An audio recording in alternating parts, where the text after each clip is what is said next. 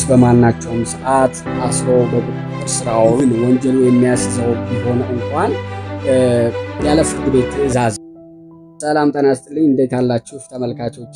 ዛሬ ደግሞ ይዤላችሁ የመጣሁት ርዕሰ ሐሳብ አንድ በወንጀል ድርጊት የተጠረጠረን ግለሰብ ፖሊስ በምን አይነት ሁኔታ በቁጥጥር ስር ሊያውለው ይችላል የሚለውን ሐሳብ ላካፍላችሁ ነው የመጣሁት።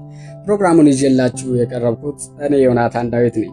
እንግዲህ ለዚህ ሐሳብ መሰረት የሚሆነኝ የኢትዮጵያ የወንጀል ስነ ስርዓት ሕግን ነው መሰረት አድርጌ ላካፍላችሁ የወደድኩት።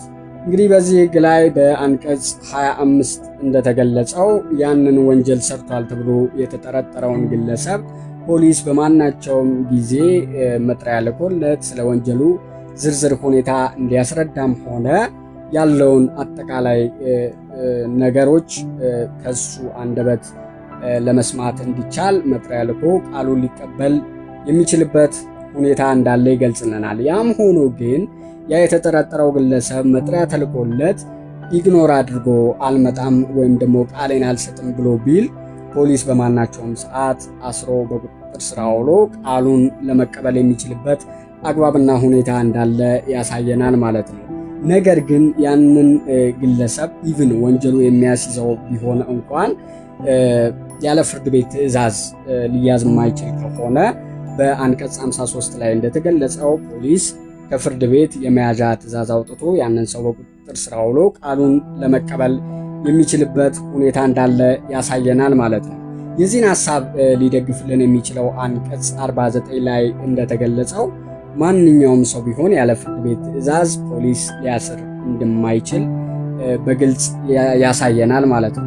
ከዛም ባሻገር እንግዲህ ያለ ፍርድ ቤት ትዕዛዝ ሊያዙ የሚችሉበትም ሁኔታ እንዳለ ደግሞ በአንቀጽ 50 ላይ በግልጽ ተቀምጧል።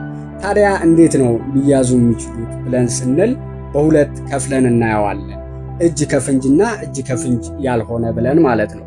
እጅ ከፍንጅ የሆነውን በአንቀጽ 50 ላይ እንደተገለጸው እጅ ከፍንጅ እየሰራ ያ የሚሰራው የወንጀል ድርጊት ከ3 ወር በማያንስ የቀላል እስራት የሚያስቀጣው ሆኖ የተገኘ እንደሆነ ያንን ሰው በቁጥጥር ስር ማዋል ይቻላል ማለት ነው።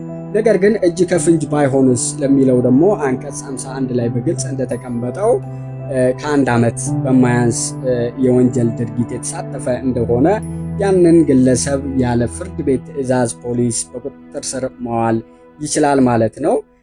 እንግዲህ ቪዲዮ ያስተምራል፣ ለሌሎችም ደግሞ ግንዛቤን ያስጨብጣል ብላችሁ የምታምኑ ከሆነ ሼር፣ ኮሜንት፣ ላይክ በማድረግ እንድትተባበሩኝ በግልጽ ጠይቃችኋለሁ። በቀጣይ ቪዲዮ ደግሞ አንድ ግለሰብ ከእስር በኋላ ያለው ሁኔታ ምን ይመስላል የሚለውን የማሳያችሁ ይሆናል። ፕሮግራሙን ይዤላችሁ ያቀረብኩት ዮናታን ዳዊት ነኝ።